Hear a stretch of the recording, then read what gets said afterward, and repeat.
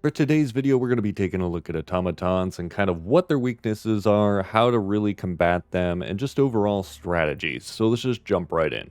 So just like the Terminids, the automatons can actually call in a reinforcement, and their version is a little low-level brawler or variant can point a red beam to the sky to call it in. Now you can quickly try to take them out before the flare activates, but if they don't get it off, do note that in just a few seconds, typically another one tries to do the same thing.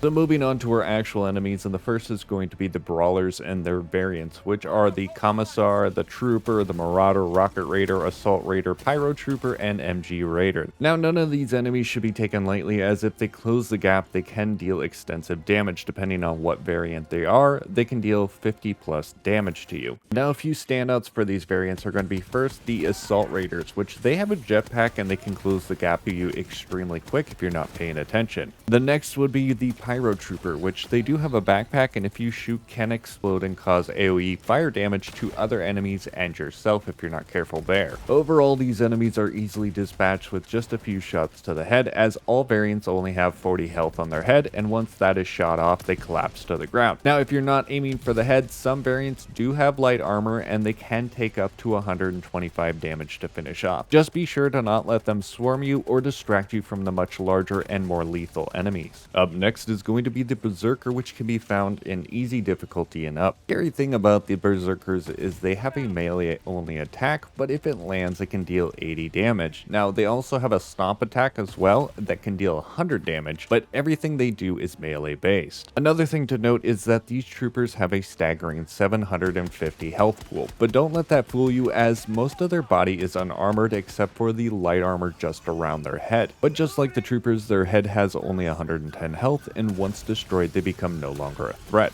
This is why most automatons landing headshots or just taking the extra time to precisely aim can be extremely beneficial. Up next is going to be the Scout Striders. Now these annoying little guys can be found on medium difficulty and up and have 500 health. Their weapon is a stomp which can deal 100 damage and also a machine gun. For the most part, all their upper panels are made of heavy armor, but the legs themselves only have light armor and 400 health, so you can take your time shooting the legs off, causing them to fall over, or if you can get around to the rear side, they don't actually have a back panel, so you can shoot the pilot out, which is only a simple trooper, so a well-placed headshot or a few body shots should do the trick.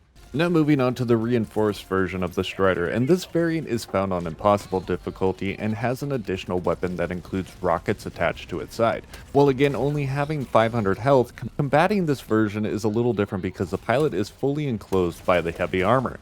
So you can either again shoot the legs, which are only lightly armored, or a few well-placed shots to the rockets on their side before they're used can take it out as well. So be sure to try to take out these guys quickly if possible. Up next are going to be the Devastators. Just like the Troopers, there is a wide range of variants and they all have 750 health.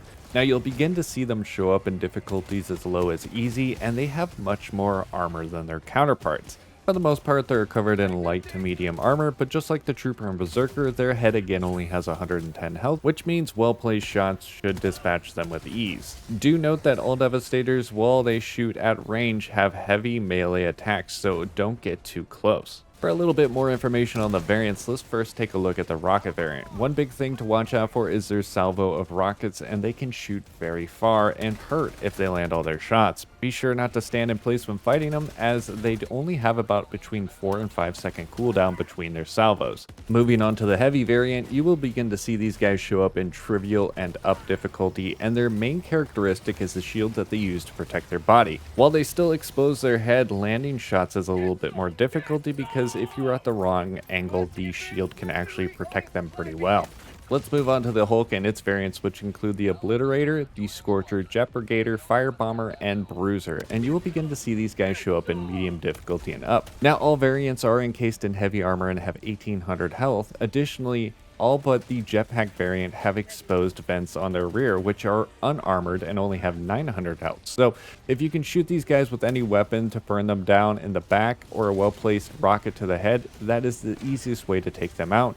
And since they only have 250 health on their head, but it is heavily armored, you might need to use the rockets or some sort of other type that has the heavy armor penetration to take them out there. Continuing on are the gunships. Now these annoying little angry bees start to show up in hard difficulty, and they have a machine gun as their main weapon, but also can shoot rockets to deal 70 damage. Their health pool includes 950 health, and all exposed parts of them are covered in medium armor. Note that on hard difficulty and above, they can begin to spawn in pairs of 2 and have up to 4 patrolling the airspace at any given time. Do note that their accuracy is actually better than most automaton enemies, so I would recommend prioritizing them first. As for taking them out, machine guns, rockets, and sentries are all good options. It really just comes down to a numbers game of how much damage you can put into them and still penetrate their medium armor. And since they are so quick to move around, this is why I recommend sentries to take them out, because their targeting is much quicker. Now moving on to War Striders, these guys are actually pretty scary and begin to show up in extreme difficulty. They have a crazy 3500 health and are covered in heavy armor with the exception of their legs, which actually has tank armor. The scary part here is their attack, which launches a volley of grenades at you while simultaneously shooting you with their laser guns. This combined with other enemies rushing you can lead for a very hectic fight. Now the best approach to deal with them is a well-placed rocket to the crotch area or hip joints, as it's its weaker part. One rocket should actually be able to quickly dispatch the Strider. Now moving on to tanks, there are 3 versions, which include the Shredder, Annihilator, and the Barrager, and all 3 possess tank armor on most of their exterior with a few exceptions. Now, tanks begin to show up in medium difficulty and up, and for their health, their main body has 3000 health and their turret only has 2100. And for taking them down, the best option is to aim at the turret if it's front facing, but if you can get around the rear side of the tank, all 3 of them only have medium armor on the rear, so a precise rocket to the rear should be able to take them down in a single strike.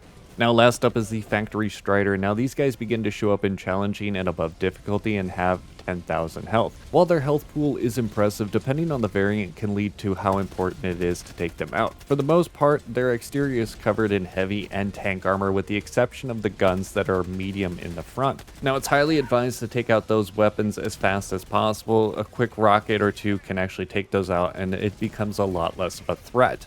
Now taking out the rest of them, using stratagems is advised to try and weaken them, as once their exterior armor is damaged, their armor actually drops from tank to medium instead, allowing you to damage them with much more weapon assortments.